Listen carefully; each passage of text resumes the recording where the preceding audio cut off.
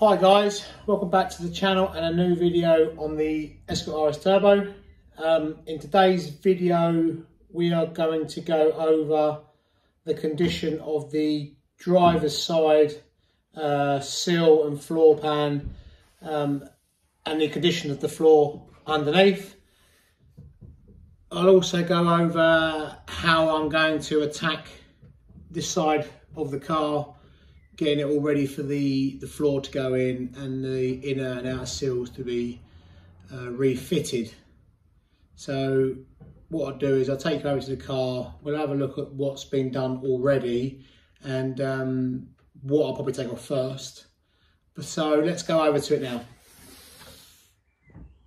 In the last video, me and Teddy turned the car around and put it back into the garage. And off camera, I've got it up on some axle stands, ready to start doing some work.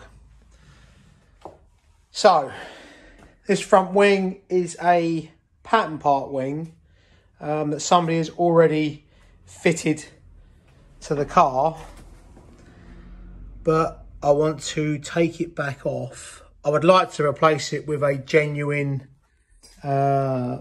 Mark IV Escort wing, but trying to get a hold of one is quite difficult. So if anybody's got one or know of a genuine wing that's potentially, hopefully not been fitted, but even if it's been fitted but it's still in good condition, do please drop me a comment and we can do some sort of deal maybe. I mean, the only reason why I'm not keen on this one is it doesn't fit nicely here. But if this wing's going back on, I will have to do something with this to try and bring it back out in line with the body. But other than that, the wing itself is in generally it's in good condition because obviously it's new. But this is the inner wing. I think generally it's okay. It's just got a little bit of surface rust here and there. Moving down to the A pillar here, we've got, let's go and see if I can get some light. Hang on. So that's better, got a bit of light on the matter now. So this A pillar here is in very similar condition that the passenger side was when we did that. So I think the plan of attack will be to get this wing off, cut the front of this sill bit off, and again rebuild the back of it and then put this section back on, and that should be sorted out. But in general, it's just not in bad condition. It could be a lot worse, but yeah. So let's move on down to the sill. This is a half sill that's been put on to the car. It has been welded on. Not I don't want to sort of say anything bad, but not particularly great, I must admit. The back of the sill here has been welded into place, but I was looking at it the other night and the little poke around, and things like this aren't welded very well. So the plan will be to take this sill off completely and put a full outer sill on like we did the passenger side. So I'll just move on under the car and show you underneath. So underneath the car, back of the footwell looks pretty sound from outside and inside, so hopefully we haven't got to do the same sort of repairs we did the other side. But we've got a large section of floor missing here where the chassis number is in the floor, and also the front section is also missing. So that's what we've got to attack probably first, really. But I just wanted to show you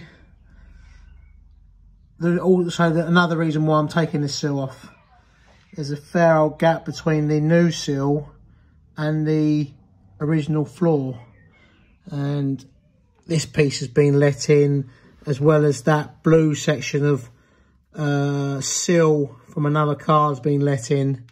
So I want to take all that out and let in a new piece of inner sill. So that's just a overall view of the outside of the car. So moving on to the inside of the car and the top of this sill, we can see someone's had a go at welding it in, and there is also a section let in here halfway down the sill. There's probably a little bit of grot here that needs sorting out, but again, if we cut this sill the same as we did the passenger side, we'll probably cut it through here up that way. Again, cut it here in front of this draining groove. We're going to lose all this grot and stuff anyway, so I'm not too worried about that. Moving on to the floor, obviously that's the front driver's floor pan. There's one thing I noticed about these replacement floor pans is this one stops this side, this one stops this side. So we've got a section of the floor that I'm going to have to make up to join the two together. But I don't know if any of you boys have noticed so far is that I've had this floor pan stamped with my chassis number. Obviously I've covered over a section of it for obviously good reasons. But I don't know if any of you boys would be interested in having this done before you put these floor pans in, because I didn't want to weld it in and have no number on the floor, because obviously when you open the door to have a look at it, there will be nothing there because these floor pans aren't stamped. But I have found a guy that can do this, and I can put his details in the description.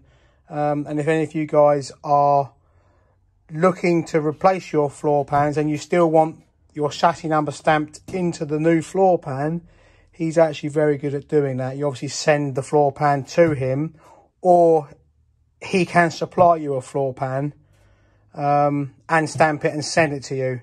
He also does Sierra floor pans. I can imagine he probably do any floor pan really. Or the other option he can do is a square plate, so you could weld that in to your floor pan, so it is correct with your logbook and everything else.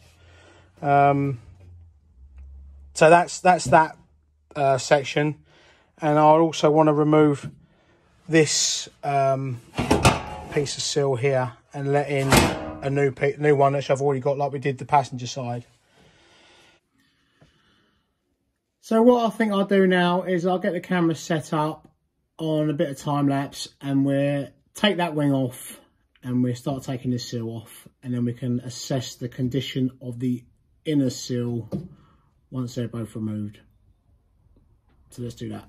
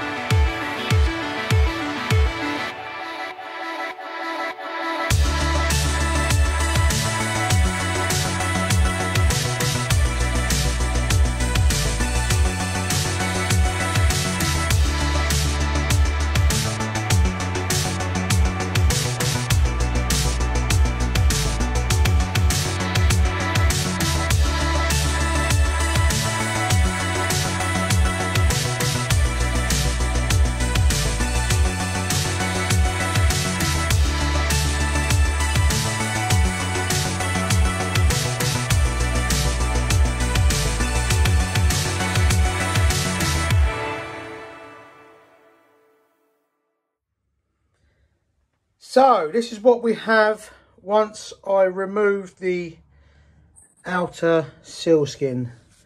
This is what was behind it. We've got a patch put in there which I will cut out and replace. The section here, if you remember on the other side, I made that box section here. That's all missing. So we got a lot of work to do there. I'm so glad I cut it off to investigate into the condition of this side, this sill, this side. Moving along, we got a little bit just starting to come through here, and then this is where someone has put what looks like a new piece of original sill in, and then put another metal plate at the bottom. So all that will come off up to here. So this section we will be using a lot more of the new inner sill. So moving along to the front here, yeah, this section seems to be a lot stronger. You remember on the last section I had to rebuild this, and under here on the other side, so this is a lot better. And again, there's the, oh, got a bit of shadow there. There's the A pillar, so that's going to have to be addressed. But also what I did notice was up here, there's a little hole here which I've got to weld up. But I think, to be honest, it is a little bit better than I had originally thought it was going to be. I had visions of opening it up and it be completely rotten behind it. But I'm relatively pleased with the condition of this side. So, yeah, just a little video for you guys to see what this condition's like, or this sill, this side, before I start any work on it. And also, what I will do is cut this off. They'd obviously welded over it, but yeah, it wants taking out and replacing. So yeah, a lot more work, a lot more fun and games, and also a lot more content for you guys to sit and enjoy. So guys, that is the condition of the sill on the driver's side. It's not as bad as I thought it was going to be, so I'm quite pleased about that. But I just wanted to show you guys firsthand, once it all been removed, the condition before we started any more work on the driver's side. I'd like to thank you all for your comments on the previous video. Much appreciated, and I'm glad you all like that one. This one's a little bit shorter, but it just gives you an insight on this side of the car. Do please continue to hit the like button and leave your comments. They're much appreciated, and I will try and get back to everyone. Once again, I'd like to thank you all for watching, and I'll see you in the next one.